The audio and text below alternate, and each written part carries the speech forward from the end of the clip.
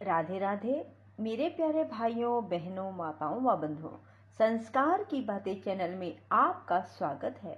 बंधुओं, आज आश्विन मास रविवार की शाम मैं आपको श्रवण करवाने जा रही हूँ आदित्य हृदय स्तोत्र। बंधुओं, आदित्य हृदय स्तोत्र भगवान सूर्य का बहुत ही प्रिय स्तोत्र है, जो मनुष्य भी रविवार की शाम आदित्य हृदय स्तोत्र को सुनते हैं, भगवान सूर्य चारों दिशाओं से उन्हें यश, मान, सम्मान प्रदान करते हैं।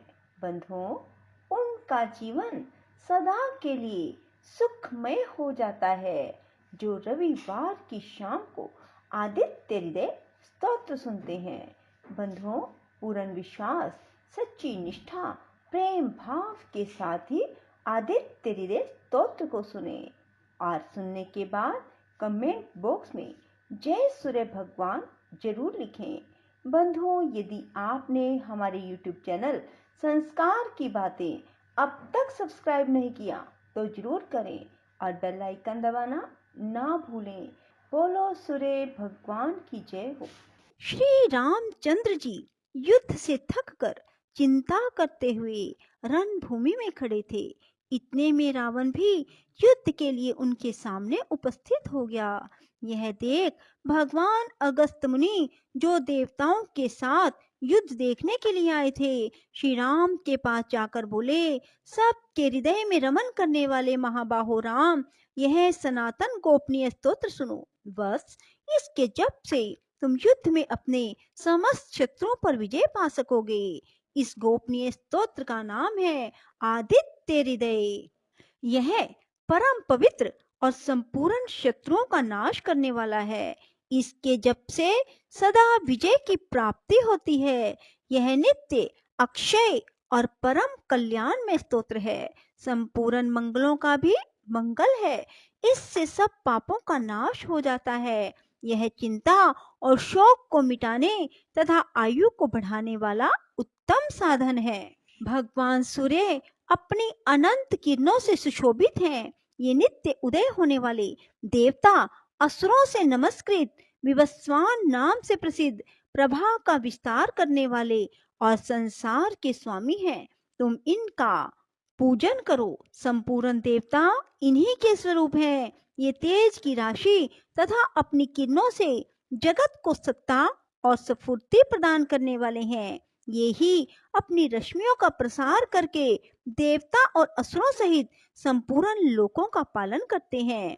ये ही ब्रह्मा, विष्णु, शिव, स्कंद, प्रजापति इंद्र, कुबेर, काल, यम, चंद्रमा, वरुण, पितर, वसु, साध्य, अश्विनी कुमार, मरुदगण, मनु, वायु, अग्नि, प्रजा, प्राण, ऋतुओं को प्रकट करने वाले तथा प्रभा के पुंज हैं।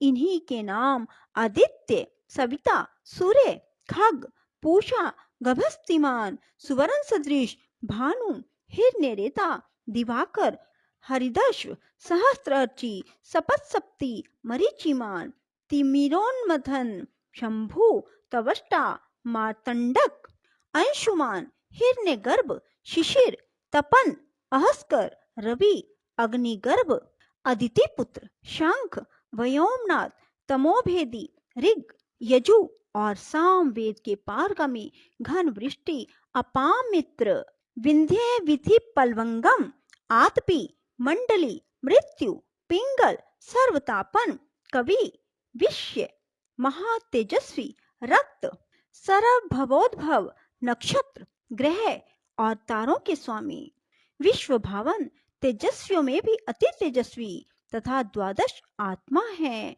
आपको नमस्कार है।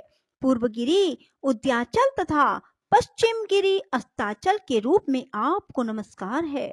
ज्योतिर्गणों के स्वामी, दिन के अधिपति, आपको प्रणाम है। आप जय स्वरूप, विजय और कल्याण के दाता हैं। आपके रथ में हर रंग के घोड़े जुटते रहते हैं। आपको बारंबार नमस्कार है। सहस्त्रों किरणों से सुशोभित भगवान सूर्य, आपको बारंबार प्रणाम है।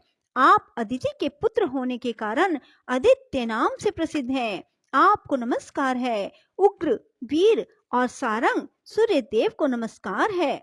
कमलों को विकसित करने वाले प्रचंड तेजधारी मार्तंड को प्रणाम है। आप ब्रह्मा, शिव, विष्णु के भी स्वामी हैं। सूर्य आपकी संज्ञा है। यह सूर्य मंडल आपका ही तेज है। आप प्रकाश से परिपूर्ण है। सबको स्वाहा कर देने वाला अग्नि आपका ही स्वरूप है। आप रौद्र रूप धारण करने वाले हैं। आपको नमस्कार है। आप अज्ञान और अंधकार के नाशक, जड़ता एवं शीत के निवारक, शत्रु का नाश करने वाले हैं। आपका स्वरूप अप्रमेय है। आप कृतघ्नों का नाश करने वाले हैं। संपूर्ण ज्योतियों के स्वामी और देव स्वरूप हैं। आपको नमस्कार है। आपकी प्रभा तपाए हुए स्वर्ण के समान है। आप हरि और विश्वकर्मा हैं। तम के नाशक, प्रकाश स्वरूप और जगत के साक्षी हैं। आपको नमस्कार है। रघुनंदन, ये भगवान सूर्य ही संपूर्ण भूतों का संहार, सृष्टि और पालन करते हैं। ये ही अपनी किरणों से गर्मी पहुंचाते और वर्षा करते हैं। ये सब भूतों में अंतर्यामी रूप से स्थित होकर उनके सो जाने पर भी जागते रहते हैं। ये ही अग्निहोत्र और अग्निहोत्री पुरुषों को मिलने वाले फल हैं। देवता, यज्ञ और यज्ञों के फल भी ये ही हैं। संपूर्ण लोकों में जितनी क्रियाएं होती हैं, उन सब का फल देने में ये ही पूर्ण समर्थ हैं। राघव, विपत्ति में, कष्ट में, दुर्गम मार्ग में तथा किसी भय के अवसर पर जो कोई पुरुष इन सूर्य देवता का कीर्तन करता है, उसे दुख नहीं भोगना पड़ता। इसलिए तुम एकाग्रचित होकर इन देवादि देव जगदीश्वर की पूजा करो। इस आदित्य हृदय का 3 बार जप करने से कोई भी युद्ध में विजय प्राप्त कर सकता है। महाबाहो, तुम इसी क्षण रावण का वध कर सकोगे। यह कहकर अगस्त्य जी जैसे आए थे उसी प्रकार चले गए। उनका उपदेश सुनकर महातेजस्वी श्री रामचंद्र जी का शोक दूर हो गया। उन्होंने प्रसन्न होकर शुद्ध चित्त से आदित्य हृदय को धारण किया और 3 बार आचमन करके शुद्ध हो भगवान सूर्य की ओर देखते हुए उनका 3 बार जप किया। इससे उन्हें बड़ा हर्ष हुआ। फिर परम पराक्रमी रघुनाथ जी ने धनुष उठाकर रावण की ओर देखा और उत्साहपूर्वक विजय पाने के लिए आगे बढ़े। उन्होंने पूरा प्रयत्न करके रावण के वध का निश्चय किया। उस समय देवताओं के मध्य में खड़े हुए भगवान सूर्य ने प्रसन्न होकर श्री रामचंद्र जी की ओर देखा और निशाचर राज रावण के विनाश का समय निकट जानकर हर्ष पूर्वक कहा, रघुनंदन, आप जल्दी करो। सूर्याष्टकम। हे आदिदेव भास्कर, आपको प्रणाम है। हे दिवाकर, आपको नमस्कार है। हे प्रभाकर, आपको प्रणाम है। आप मुझ पर प्रसन्न हो। 7 घोड़े वाले रथ पर आरूढ़, हाथ में श्वेत कमल धारण किए हुए प्रचंड तेजस्वी कश्यप कुमार सूर्य को मैं प्रणाम करता हूँ। लोहित वरण के रथ पर आरूढ़ सर्वलोक पितामह महापापहारी श्री सूर्य देव को मैं प्रणाम करता हूँ।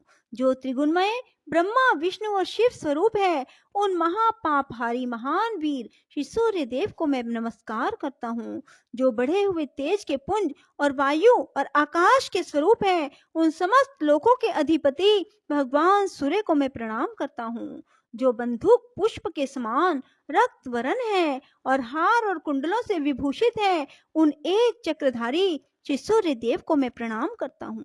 महान तेज के प्रकाशक, जगत के कर्ता, महापापहारी उन सूर्य भगवान को मैं नमस्कार करता हूँ। ज्ञान, विज्ञान तथा मोक्ष के प्रदाता, बड़े से बड़े पापों के अपहरण करता, जगत के स्वामी उन भगवान सूर्य देव को मैं प्रणाम करता हूँ।